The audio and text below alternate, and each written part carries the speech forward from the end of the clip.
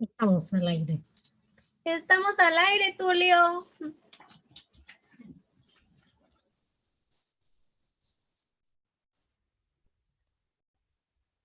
Listos para empezar.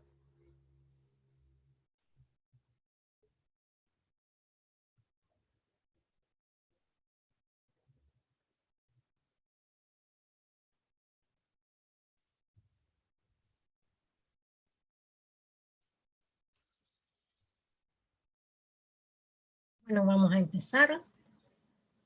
Estamos aquí en el primer día del evento de dados navideños.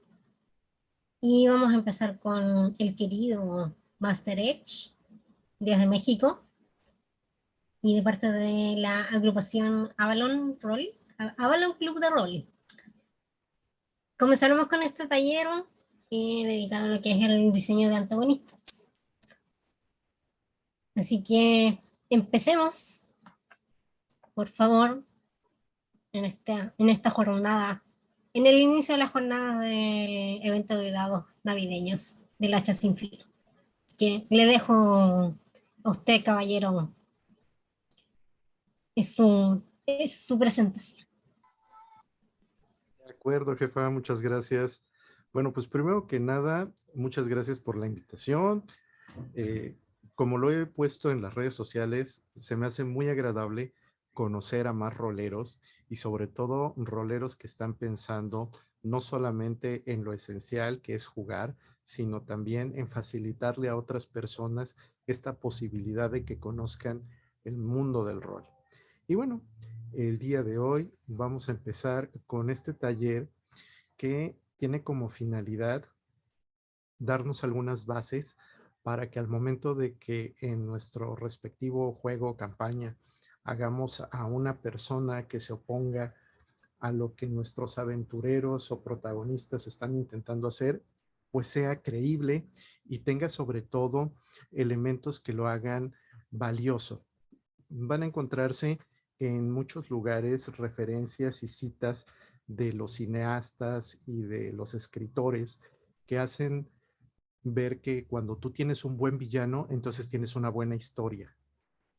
Y también tenemos una larga tradición, tanto en literatura como en cómic, donde vemos que esas figuras antagonistas a veces superan en popularidad o superan en capacidades o en muchos otros sentidos a los protagonistas. Entonces, todo esto tiene que ver con lo que vamos a estar platicando. Y bueno, a manera de una presentación muy rápida, puedo decirles que soy rolero de tiempo incompleto, porque como adulto funcional y responsable tengo que atender otras cosas. De hecho, si me ven levantarme ahorita mientras de que estamos en el taller, no es que me haya dado pánico escénico, es que tengo que atender el changarro, como decimos acá en México. Y por otra parte, me encanta coleccionar dados, y las tres cosas que más me gustan pues son el café, el rol y los gatos, aunque como dicen, no necesariamente en ese orden.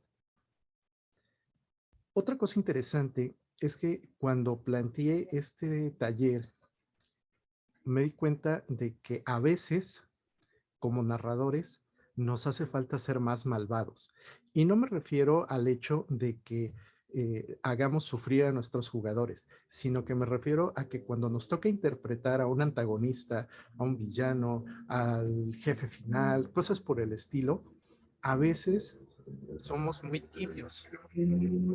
Entonces, si nos ponemos a hacer un poquito de introspectiva hacia lo que nosotros hacemos o cómo nos comportamos, pues nos vamos a dar cuenta de que a veces es difícil esa fase de la interpretación porque nosotros como tal, pues somos personas, digámoslo, no malas o no acostumbradas a veces a ciertas actitudes. Entonces, recuerdo que en una de esas ocasiones que estábamos en un chat, ya me había desesperado un cuate y entonces el argumento que se me ocurrió para terminar la discusión fue este que les puse aquí entre las comillas de pues, mis dados de Dungeon Master tienen más años que tú. Entonces, a veces tenemos ese tipo de actitudes en diferentes contextos algo como eso pudiera ser risible, en otros pudiera ser muy ofensivo, y sobre todo en las épocas modernas en las que prácticamente cualquier cosa ofende a cualquier persona, pues bueno, también es importante que al momento de que nosotros vamos a interpretar a un antagonista o un villano, pues tenga un respaldo de por qué dice lo que dice o por qué hace lo que hace. En ese sentido, mis villanos favoritos son el buen Darth Vader, el no menos famoso Cthulhu, o como gusten pronunciarlo, total no tenemos el montón de tentáculos acá, ni estamos bajo el agua para que suene como debe sonar. Y definitivamente Hannibal Lecter, que es otro de los grandes.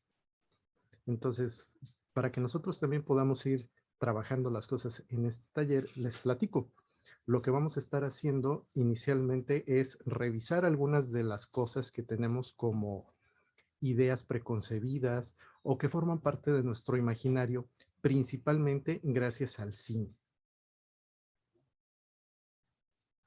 Entonces, como parte de nuestras ideas básicas, tenemos muy conceptualizado que un villano hace el mal. En parte la culpa de eso la tiene Disney con todo el montón de películas que vimos en nuestra infancia. Sí, reconózcanlo. Muchos, aunque el día de hoy dicen que no, la triste realidad es que de niños tuvieron que haber visto películas de Disney. Lo siento. Pero bueno, el punto importante aquí es, si el villano hace el mal, entonces el héroe hace el bien. Muchos Dungeon Masters dirán que al menos los grupos que les han tocado, uno que otro de ellos, pues resultan ser más caóticos y más destructivos que los mismísimos villanos. Y les cuento una anécdota así rápida. Hace unos meses, no es cierto, fue el año pasado, hice una pequeña mesa para unos amigos. Entonces me pidieron varios requisitos, entre ellos que fuera un sistema sencillo, que no tuviera muchas reglas, que fuera entretenido, que fuera fantasía medieval. Y bueno, ante todo eso, pues lo único que se me ocurrió fue Calabozos y Dragones quinta edición. Va. Y pues qué mejor para gente que quiere conocer el sistema que empezar con lo sencillo y que me pongo a narrar la mina de Phandelver. Para quienes ya jugaron la aventura, deben saber que el pueblito de Phandalin está siendo asediado por unos maleantes y entonces en una de las partes, pues el equipo de aventureros tiene que enfrentarse a ellos y pues correrlos del pueblo o de alguna forma vencerlos. Resulta que cuando este grupo de jugadores lo hace, una de las chicas que interpreta a un personaje masculino, un Warlock, tiene un altercado verbal con una NPC y entonces esta mesera le reclama que ellos están siendo mucho más agresivos y mucho más molestos que los maleantes, porque los maleantes llegaban, pagaban sus tragos y se iban, pero en cambio ellos hasta las habían golpeado. Entonces, la jugadora que lleva al Warlock se enoja y manda a que su familiar le ataque, no, perdón, le da un golpe en la cara a la chica. Entonces, pues las cosas se ponen todavía mucho más tensas y pues la muchacha, la NPC, pues simplemente describo que se le queda viendo con odio. Entonces, la jugadora le ordena a su cuervo familiar que le saque un ojo. Hace su tirada de dados, le saca el ojo a la chica y pues obviamente ella y todos sus compañeros son corridos a pedradas de Phandalin. Entonces, eso también nos hace mucho reflexionar qué tanto con nuestros jugadores están definidos esos roles, qué tanto ellos realmente quieren jugar a ser los buenos o qué tanto su manera de actuar dice lo contrario. Entonces, necesitamos pasar primero que nada por algunos puntos teóricos. Ya que estamos hablando de calabozos y dragones, esto que les muestro viene del libro de villanos del 94, cuando todavía existía segunda avanzada. Y como podemos ver, las 5 características que le dan a los villanos son la fuerza opositora, que tienen poder, que le caen mal a la gente, que están motivados por el mal y que desencadenan emociones. Cuando yo leí esto la primera vez allá en los 90s, la verdad es que me dio un poco de risa porque pues en lo primero que pensé es en los villanos clásicos de las películas de blanco y negro que tenían que ser muy, muy marcadas sus diferencias para que desde el momento en que la gente los viera, supiera que él era el malo. Y por eso les pongo aquí esta imagen en blanco y negro de esos villanos icónicos en las primeras películas. Pero si nos ponemos un poco más quisquillosos, esto mismo es lo que nos presenta El Resplandor, la película de Stanley Kubrick, donde tenemos esa famosa imagen de Jack Nicholson interpretando al protagonista, antagonista, villano. Vamos a entrar también en detalle para ver cómo separamos esos conceptos. Pero lo interesante es que no es la única definición. Eso podríamos decir que es una definición aplicada a un juego de rol muy específico. Hoy en día, pues ya sabemos que la variedad de juegos de rol ha crecido muchísimo y por lo mismo tenemos una amplia gama de grises. Ya no todo es bien y mal, sino que muchas de las decisiones, aunque siguen siendo morales, tienen otros aspectos que las mueven. Ahora bien, tomando en consideración que muchos de nosotros tenemos como principales referencias a los villanos que vemos en el cine o en las series, pues tomé esta definición del famoso American Film Institute, que es de este año. Y como podemos apreciar, lo que ellos nos muestran en su definición es un tanto más complejo y ya no estamos hablando nada más de ese villano blanco y negro. Veamos, se trata de un personaje que tiene cierta malicia mental, carácter egoísta, voluntad de poder, puede ser uno o varios, y chéquense esto, pueden estar enmascarados por la belleza y la nobleza. Antes el villano era el feo, ahora no necesariamente. Siguen conservándose algunos rasgos que lo hacen estéticamente desagradable. Sin embargo, eh, también el cine y muchos otros medios han evolucionado en el sentido de los conceptos y de cómo representan a estos villanos. Entonces, también por eso tenemos aquí estas dos imágenes de Johnny Lawrence y el famoso Hawk de la serie de Karate Kid, la nueva. Y entonces esto nos lleva a preguntarnos, ¿qué tanto realmente Johnny Lawrence era malo? Nótese que no tiene que ver con si es protagonista o antagonista, sino con que la manera en la que se nos presentó en la primera película de Karate Kid lo hacía ver como malo. Y no necesariamente tiene que ser así. El caso que tenemos también muy, muy claro con el personaje de Hawk es cómo pasa de ser un chico que era molestado por los demás a tener confianza en sí mismo y mejor aún, a volverse él un acosador. Entonces, ahí tenemos el cuarto punto donde nos habla de que pueden reaccionar con furia, que pueden ser terriblemente malvados o grandiosamente divertidos. Cualquiera que cuando lee villano graciosamente divertido no piensa en Gru es que o no ha visto la película o anda en otras cosas. Pero me sigue llamando la atención que para esta institución los villanos terminan siendo trágicos. Y eso, bueno, tenemos que ver que está más relacionado con la perspectiva hollywoodense que propiamente con la forma en la que realmente tendría que ser un villano. No todos los villanos tienen por qué terminar trágicamente. Vemos historias en las cuales no es así. Por ejemplo, el episodio 5 de la Guerra de las Galaxias, Darth Vader, el principal villano, pues no termina trágicamente. En el episodio 6 sí, pero ese es otro cantar. Ya que estamos con referencias en el cine y la cultura pop, pues vamos a revisar algunos de estos que son los villanos más icónicos. Estos números que aparecen en los recuadros son el ranking dentro del American Film Institute de los 100 villanos más famosos de todos los tiempos. Y para ellos, igual que para mí, el que va ganando es nada más y nada menos que Hannibal Lecter.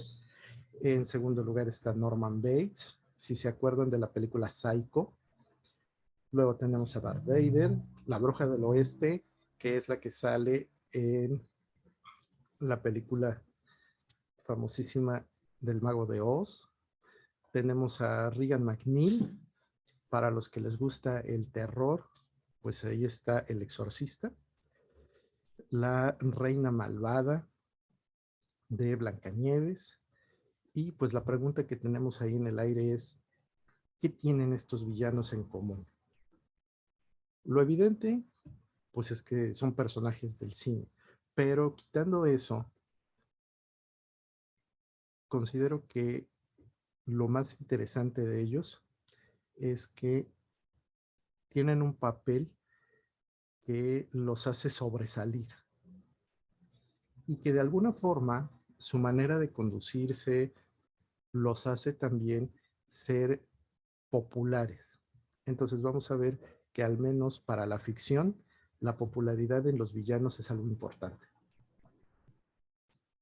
Si seguimos en este sentido, platicando al respecto de lo bueno y lo malo, forzosamente necesitamos establecerlo en función de valores. ¿Y quién establece estos valores? ¿Quién dice qué es bueno y qué es lo que es malo? Pues normalmente lo hacen las sociedades, es decir, los distintos grupos humanos, así como sus creencias y religiones. Por otra parte, se habla de que existe la posibilidad entre escoger hacer el bien y hacer el mal. Y que curiosamente, la mayoría de las veces las elecciones hacia hacer el mal o son por ignorancia, porque la gente pone mal sus valores, es decir, le da más importancia a alguna cosa que a otra, porque considera que está haciendo el bien, aunque lo que esté haciendo no lo sea, y también porque puede haber cierto desorden moral en términos de que lo único que han conocido es violencia, lo único que han conocido es destrozos, entonces pues no ven por qué eso tendría que ser malo.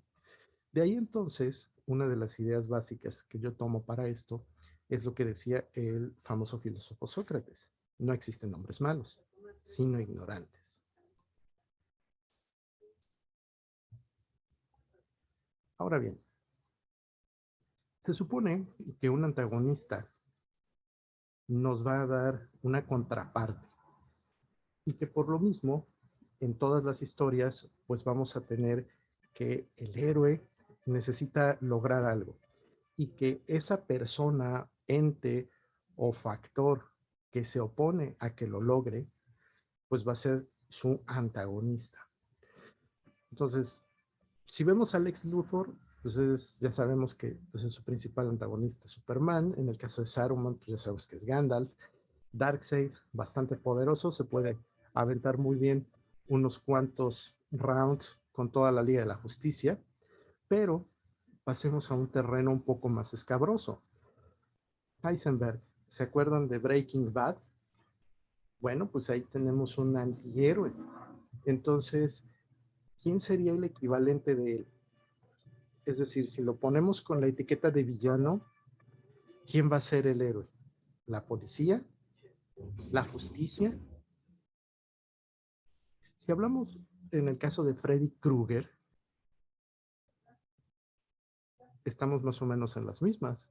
Podríamos decir entonces que su opositora es Nancy. Pero, ¿y qué pasa después? Es decir, vemos a un personaje que inicialmente es muy plano, pero conforme se desarrolla la saga va teniendo profundidad, va teniendo motivos, no que se justifique lo que hizo o cómo lo hizo, sino aquí lo que estamos hablando es de qué se le va a oponer si invirtiéramos los papeles. Y si se acuerdan de esa famosa película basada en un libro de Stephen King que se llama La Niebla, bueno, pues ahí tenemos a la niebla como nuestro antagonista, como nuestro villano, como el que impide que los demás hagan lo que tienen que hacer. Entonces, ¿quién es el oponente real de la niebla? La esperanza de sobrevivir de las personas que están atrapadas, la estabilidad mental de esas personas. Vemos entonces que el asunto de definir en blancos y negros, pues es un tanto cuanto complejo. Ahora, ya que tenemos más o menos una idea de cómo es que hasta el momento se ha ido conceptualizando a los villanos, principalmente en los medios a los que tenemos mayor acceso, como es en este caso el cine y la televisión, vamos a ponerle un poco de sabor pensando directamente en el rol. No necesariamente en un juego en particular, sino en el hecho de que nosotros, al momento de que interpretamos a los villanos, estamos desempeñando un papel. Y estos villanos no necesariamente corresponden a esas etiquetas que ya se tienen, sino que más bien, si hablamos en términos argumentales, lo que nosotros estamos generando son antagonistas. Y entonces, aquí tenemos las partes que son centrales. Número uno, nuestro antagonista debe tener una motivación clara. Eso de soy el malo porque soy el malo y muajaja, pues a lo mejor funciona en una aventura cómica, pero si queremos darle un poco más de dramatismo o si queremos hacer algo de fantasía oscura o inclusive algo más cyberpunk, pues entonces eso necesita un poco más de sustento. Entonces, esa motivación clara puede venir de que el antagonista necesita conseguir algo, quiere lograr un propósito y ese propósito debe tener algún mérito. ¿Se acuerdan de la película de mi villano favorito? Gru no le interesa tanto el hacer algo que dañe, sino como hacer algo que lo haga ver bien a él. Y recuerden que pues uno de sus planes es robarse la luna. Entonces, evidentemente eso es comedia, pero si nosotros lo trasladamos a nuestro mundo de rol, dependiendo de nuestro juego y de su particular forma de ver el mundo, entonces vamos a poder evaluar si ese plan malvado tiene cabida o no tiene cabida en la forma en la que se representan las cosas en esa ficción. Otra cosa que es muy importante es que este antagonista debe tener una personalidad definida y precisamente vamos a ver en la parte de la hoja de trabajo cuáles son algunos de estos elementos que forman parte de su personalidad, así como también lo vamos a ver cuando hablemos del lado interno. Cosa también que resulta interesante es que un antagonista tiene que provocar reacciones. Es decir, que los jugadores en nuestra mesa, cuando les mencionemos tan solo el nombre del villano, se enojen, quieran matarlo, que de alguna forma esta persona pueda ejercer en ellos ese ánimo de hacer algo. Eso nos va a decir que estamos haciendo un buen trabajo al diseñar nuestro antagonista.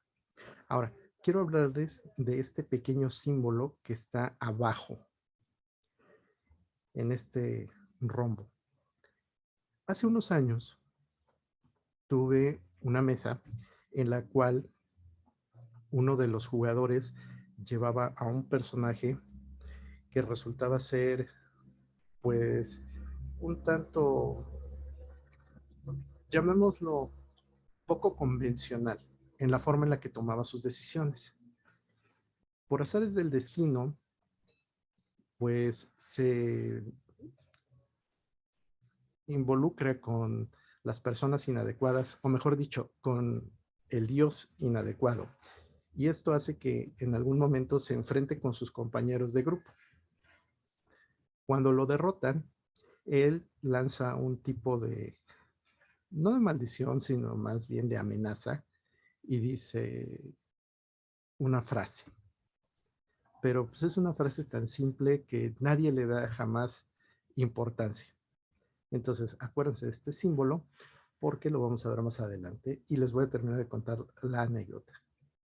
Bueno, todo antagonista debe tener recursos y aquí hablamos, puede ser recursos en términos de dinero, pueden ser personas, pueden ser conocimientos.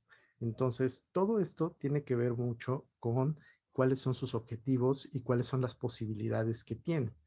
Si nosotros vemos, por ejemplo, una serie como Juego de Tronos, olvídense de la serie de la tele, sino me refiero a la serie de libros, porque ahí sí se ve muy, muy bien todo esto.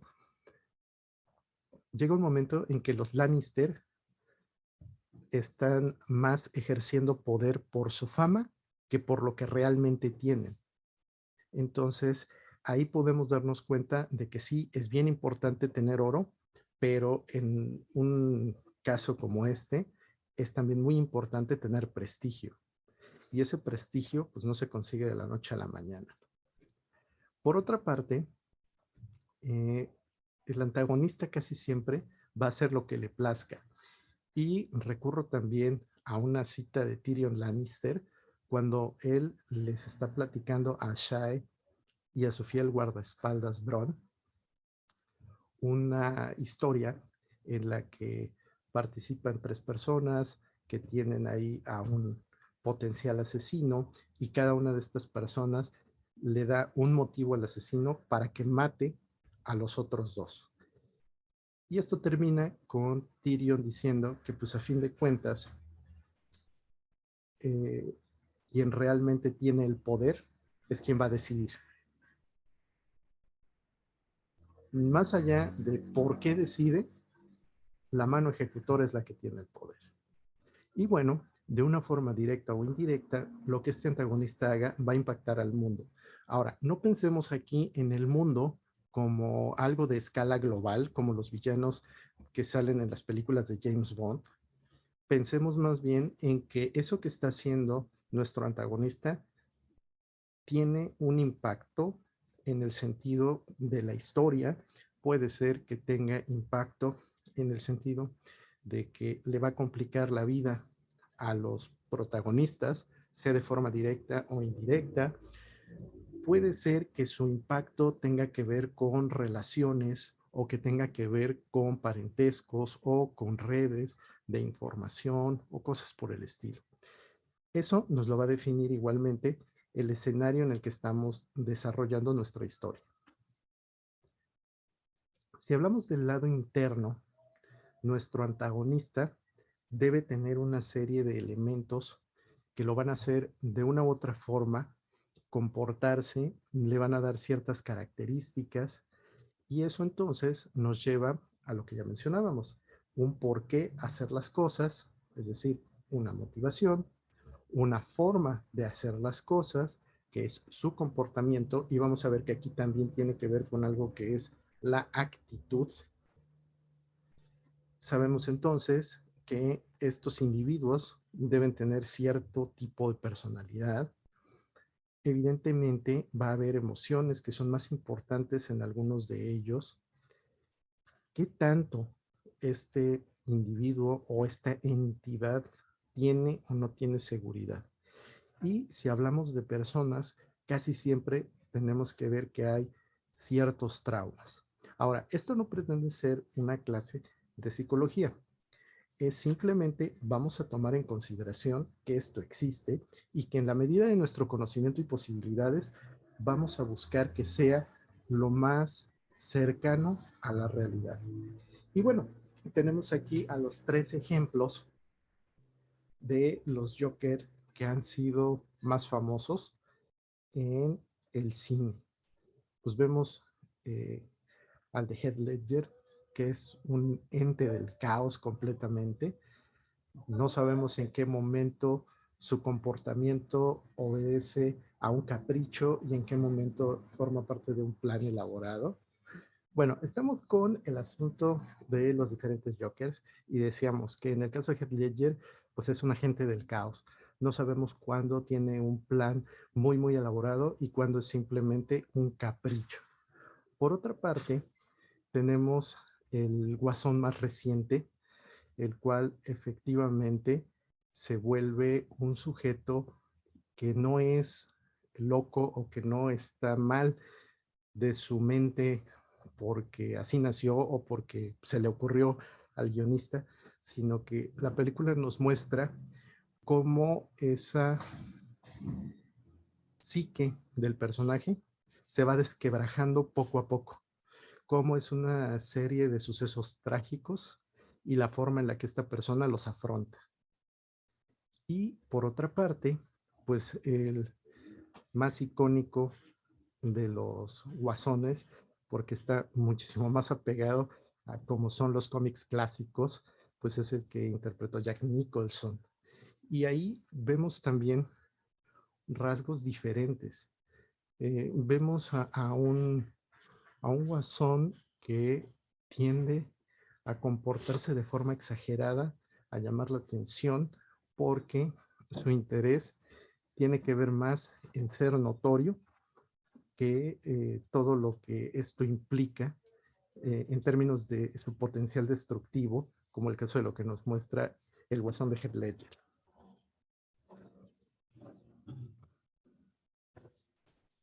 Ahora bien, si nos vamos por el lado externo, esta es la parte más fácil. Es decir, es más fácil en el sentido de que simplemente tenemos que basarnos en algún diseño. La gran ventaja que tenemos cuando interpretamos personajes de rol es que pues no tenemos que hacer tal cual la interpretación. Decía un amigo de un amigo, es como actuar sin actuar. Entonces, lo que sí podemos hacer es tomar ciertos modelos de personajes que ya existen y tratar de reconstruir o reinterpretar algunas de las cosas que hacen. El famoso crítico de comida que tenemos aquí en pantalla, pues es precisamente uno de esos antagonistas cuyo físico lo hace perfectamente identificable. Entonces, no solamente se trata, en este caso, de que veamos su apariencia en el sentido de la complexión, de si es alto, si es bajo, si es corpulento, si es musculoso, pero definitivamente debemos identificar que muchos de estos elementos deben ser lo suficientemente característicos como para que cuando lo describamos o lo interpretemos, tengamos siempre la misma referencia de quién es esa persona y que a pesar de que le mostremos o no le mostremos una imagen a nuestros jugadores, pueda haber suficiente elementos como para inconfundiblemente decir este es. Por lo mismo, nos toca entonces la parte de representar o de describir cómo camina, cómo habla, cómo mira, la forma en la que viste, el tipo de palabras que usa, los ademanes, las muecas. Aquí lo que yo siempre recomiendo es que cuando vamos a interpretar en cualquier juego, en cualquier sistema, a un antagonista o a un NPC, lo hagamos tomando como referencia personas que conocemos para que podamos tener esos elementos. Bueno, momento de la pausa dramática. Decíamos entonces que cuando nosotros interpretamos a un villano o a un antagonista, lo que yo siempre recomiendo es que tomemos como base a alguna persona que conozcamos, para que entonces siempre sea consistente la forma en la que lo describimos, los ademanes que hace, la forma en la que habla y todos estos rasgos que forman parte de la comunicación tanto verbal como no verbal. Si nosotros ponemos suficiente detalle a estas creaciones que hacemos, vamos a poder justificar muchas de las cosas en términos de historia y viceversa. Nuestra historia nos va a ayudar a justificar a estas personas o a estas entidades que nosotros utilizamos para, entre comillas, atormentar a nuestros jugadores. Bueno, vamos a pasar ahora a un pequeño listado. Hagan de cuenta que es su hoja de verificación para la creación de los antagonistas. Esto es lo mínimo en lo que debemos estar pensando. Dijimos, necesitamos que nuestro antagonista tenga una razón de ser y una razón de actuar. Por lo mismo, debemos también tener muy claro que este antagonista va a tener ciertos objetivos, algunos de ellos a corto plazo, algunos a largo plazo. Quizá precisamente en la consecución de esos objetivos a largo plazo es que la participación de los personajes, de los jugadores, pues se convierte en algo indeseable o en una traba que se necesita quitar. Ahora, ¿qué caracteriza a este personaje? Es decir, físicamente, ¿qué tiene o qué no tiene? El personaje que les acabo de mostrar aquí, ¿recuerdan que les dije que se acordaran de ese simbolito? Bueno, pues ese simbolito es porque el jugador que interpretó a ese personaje que se enfrentó a sus compañeros dijo, pero voy a regresar con un 18 en algo. Obviamente, eso es una forma de metajuego muy evidente, porque pues estamos jugando Calabozos y Dragones, y pues la amenaza no tendría mucho sentido, inclusive dentro del mundo de Calabozos, porque el que tú regreses con cierto atributo, en este caso un 18, pues depende no nada más de que tú quieras, ¿no? Sino que depende del sistema con el que se están creando los personajes, depende de que tus tiradas de dados te den, y bueno, como el jugador ya no quiso a ese personaje por obvias razones y se hizo uno nuevo, pues a mí se me ocurrió que este podría ser muy bien el principal antagonista. Fíjense, su motivación, la venganza. ¿Por qué? Pues porque sus propios compañeros, en lugar de comprenderlo, lo enfrentaron. Luego, ¿cuál es el objetivo que este personaje tenía? Sí, vengarse, pero vengarse no es simplemente como tal. Lo que él necesitaba como un objetivo personal era probarles a ellos que era mucho mejor que todos y que todos juntos, que esa es la parte interesante. Entonces, a este villano yo lo estuve utilizando en la campaña por más o menos 1 año y medio, 2 años, y no se dejaba ver. Hubo una ocasión en la que le tendió una emboscada a los jugadores, bueno, a sus personajes, y como ya los conocía, pudo explotar sus debilidades para atraparlos a todos. Y cuando ya los llevaban atrapados, los llevaban con la cabeza cubierta, amordazados, atados, y algunos de ellos en el forcejeo, pues lo más que lograban ver era parte de este símbolo. Entonces, ellos obviamente que preguntaban, ¿puedo hacer una tirada de heráldica? Yo tengo historia antigua, yo tengo historia moderna, yo tengo tal o cual cosa. Y todas las veces que buscaban y que intentaban encontrar desesperadamente referentes sobre la identidad de su captor, pues simplemente no los encontraban. Y lo más simpático fue que este jugador, a lo largo de la campaña, siguió perdiendo personajes. Pero pues también lo simpático es que sus personajes no terminaban del todo muertos. Casi siempre quedaban en esa delicada línea donde están en el túnel viendo la luz blanca al final. Y pues el jugador decidía hacerse un nuevo personaje y yo, don John Master Mañoso, pues ya tenía un nuevo NPC malvado para sumarlo a la partida.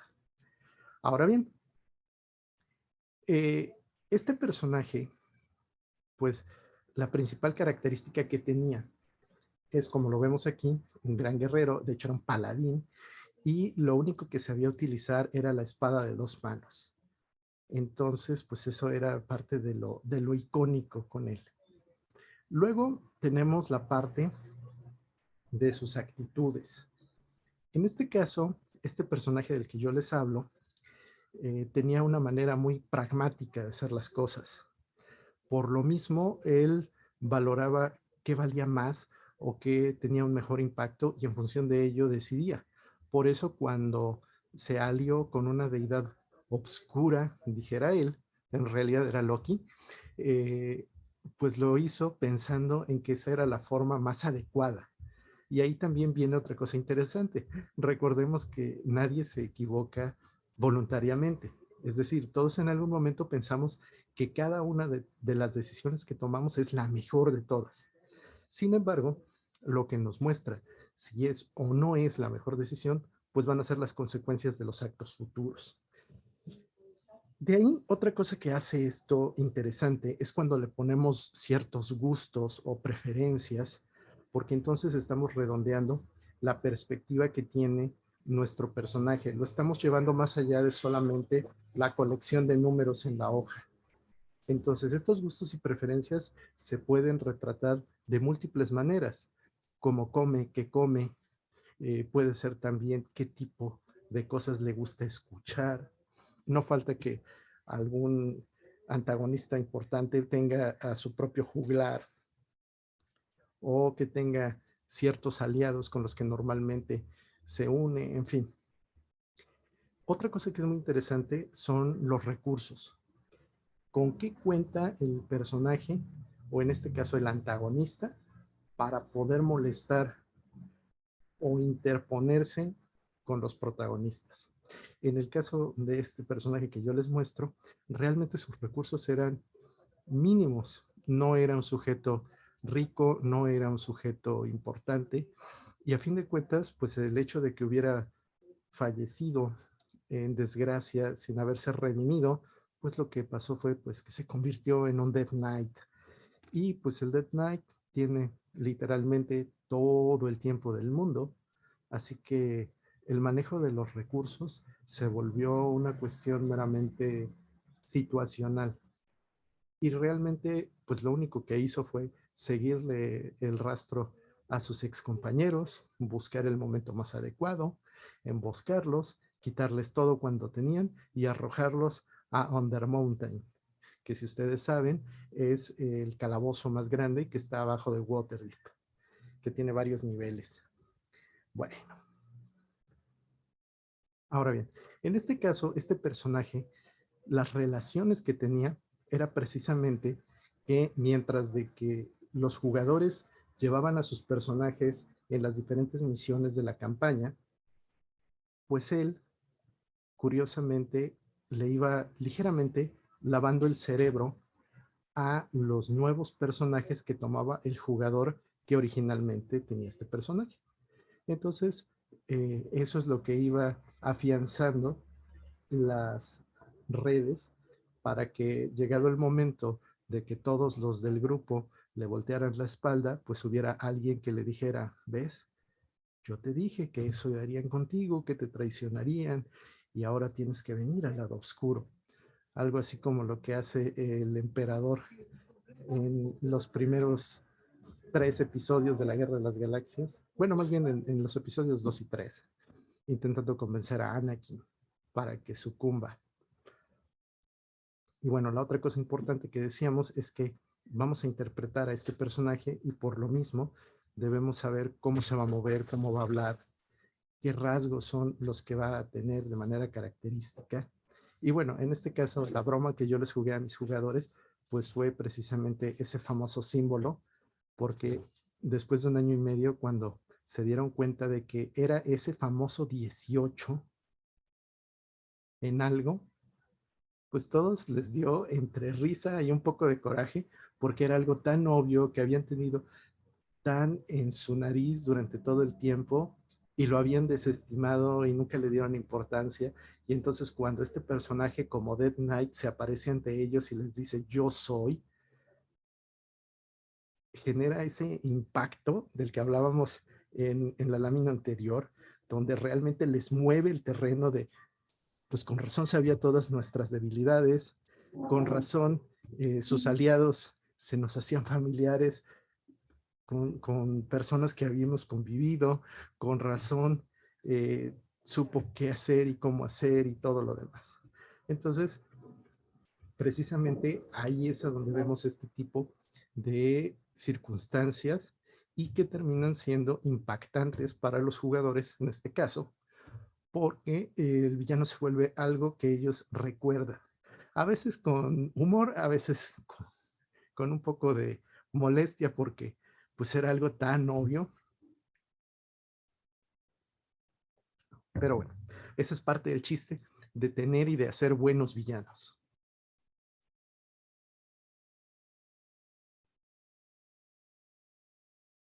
Bien, decía yo que vamos a ver un ejemplo un poco más general, sobre todo considerando que pues existen muchos juegos de rol y que no necesariamente todos tienen que embonar con lo que se hace en Calabozos y Dragones.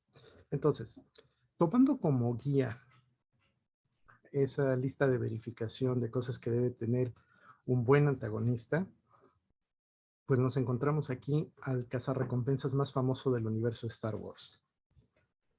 ¿Qué es lo más interesante de este personaje? Bueno, pues ya lo dijo Dave Filoni, que cuando tenemos un personaje que es callado, eso normalmente lo hace más peligroso porque lo hace un sujeto mucho más intelectual. Entonces, en el caso de Boba Fett, es bien divertido cuando nosotros nos ponemos a revisar algunos detalles de su historia. Y pues es un personaje que solamente tiene 4 líneas de diálogo cuando aparece en el episodio 5. Y eso entonces contribuye, junto con su apariencia, a generar un halo de misterio.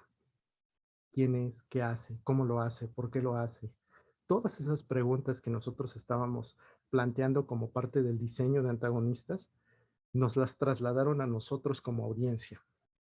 Y entonces, sabemos que es un cazarrecompensas, sabemos que es un tipo hábil, y nos damos cuenta también de que es un personaje que tiene cierto nivel en el sentido de que alguien tan poderoso como Darth Vader le tiene cierto respeto y que sabe también de lo que es capaz. ¿Se acuerdan cuando le dice no más desintegraciones?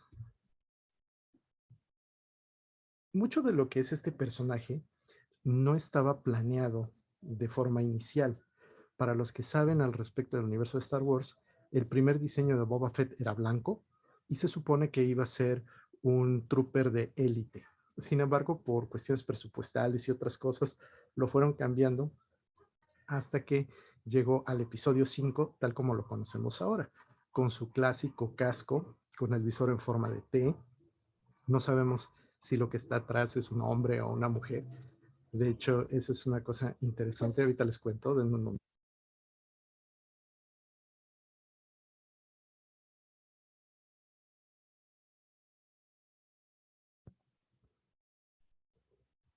En el universo extendido es donde este personaje tiene un mayor desarrollo porque múltiples escritores y dibujantes empiezan a hacer cosas relacionadas directa e indirectamente con él y con su historia.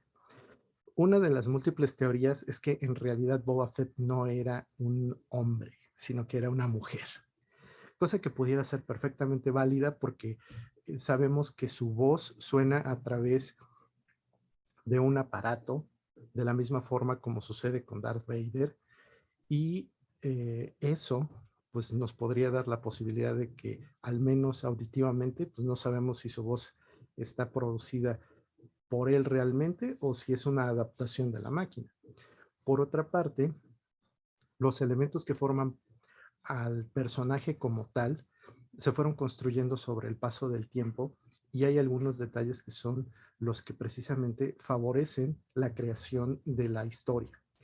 El famosísimo huequito que tiene el casco eh, es una de las cosas que se pusieron desde el primer momento en que se dijo que Boba Fett iba a ser un cazarrecompensas. Y ahí es a donde está lo interesante, que los que hicieron eso, pues no dijeron es por esto o es por aquello, simplemente dejaron eso. También pensaron en que siendo un cazarrecompensas, pues su armadura tendría que mostrar esos rasgos de que pues estaba curtido en batalla. También el hecho de que el montón de cosas que tiene, pues lo hacen un sujeto tremendamente versátil. Pues recordemos tan solo que lleva su cinturón estilo Batman con un montón de cosas que no siempre las saca todas, pero pues tan solo los brazaletes, que tiene su lanzallamas, que tiene un lanzador de pequeños misiles. El traje, inclusive en las rodilleras, tiene también otros pequeños misiles, el montón de bolsas que tiene, las herramientas que lleva. Y mucho de eso tiene que ver precisamente con qué es lo que los escritores hacen con cada uno de los elementos para ir complementando la historia. Entonces, entre ese halo de misterio con el que se nos presenta el personaje y detalles estéticos, así como del comportamiento, pues nos dan a un antagonista icónico. Cosas interesantes es que, por ejemplo, cuando originalmente le pusieron las rayas amarillas en el casco, pues no era precisamente como para mostrar el diseño y que estaba incompleto o algo por el estilo, sino que cada una de esas rayas es un muerto. Y de la misma forma, vemos en su hombro del lado derecho que tiene una especie de cinta o tira. Eso en realidad son trenzas de pelo de Wookiee. Una trenza por cada Wookiee y lleva 3 trenzas. Y de esa misma forma, muchos otros de los elementos no se usaron inicialmente, pero como les decía yo, dieron pauta para que el personaje se fuera haciendo mucho más complejo. Y tanto así que en términos auditivos, si ustedes le ponen mucha atención a la escena del comedor en el episodio 5, cuando Boba Fett sale atrás de Vader y camina, van a escuchar las espuelas. Esas mismas espuelas que le escuchan a Mando en The Mandalorian cuando él camina y le da ese toque de western. Ahora, todo esto que nosotros vemos en Boba Fett hoy en día y que elegantemente lo podemos llamar una disrupción estética porque va de una u otra forma fuera de lo que nos acostumbró el universo de Star Wars, es parte de lo que le da este sabor extraño y es lo que hace que las personas quieran saber más de este personaje. Si nosotros revisamos cualquier ranking de los personajes de Star Wars, vamos a ver que Boba Fett encabeza la lista. En algunos casos es inclusive más famoso que Vader. Entonces, todo esto, ¿con qué tiene que ver? Pues precisamente con que la gente que diseñó al personaje se fijó en los detalles y las personas que complementaron esos diseños, tanto en lo estético como en la historia, pudieron tener elementos de los cuales aprovecharse. Por ejemplo, nosotros sabemos que en el caso de Mando, él se hace una muy bonita armadura de Beskar y por eso es gris y es toda súper resistente, inclusive contra el Darksaber y contra los sables de luz de los Jedi. Pero, pues resulta que en el caso de Boba Fett, su armadura no es Beskar. Como decimos en el podcast, esto es un dato de trivia. La armadura de Boba Fett es de Duraplast. Ahí se los dejo de tarea. Bueno, el punto interesante con todo esto es que un personaje que habla tan poco, un personaje que tiene tanto misterio alrededor de él, logra ser icónico. Y yo creo que esto debería ser como nuestra aspiración cuando diseñamos antagonistas, que sea tan memorable, que con una apariencia tan breve, con 6 minutos de tiempo de cámara, pues se logre robar la atención y vemos cosas que han sucedido en otros casos, como por ejemplo en Los Pingüinos de Madagascar, que son los pingüinos los que se roban la película. No propiamente son antagonistas, pero es un caso también interesante de revisar. Y bueno, entonces aquí viene lo interesante. Una vez de que ustedes tengan esta hoja de trabajo que vimos en la parte de la mesa de trazado, que llenen esos aspectos y los complementen con lo que representa en su universo, de su campaña y de su juego. Este antagonista, pues bueno, tendrán un elemento que puede ser memorable y que de una u otra forma va a requerir de nosotros un buen nivel de interpretación.